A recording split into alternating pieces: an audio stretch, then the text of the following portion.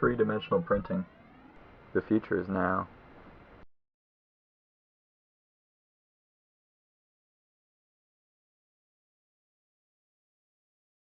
This model was printed with a $500 3D printer, the Solid Doodle 2. The video was sped up 50,000%. Its actual print time was around 2 hours and 34 minutes. Approximately 8,086 millimeters of 1.75 millimeter diameter ABS filament were used in the 237 layers, each being 0.3 millimeters thick.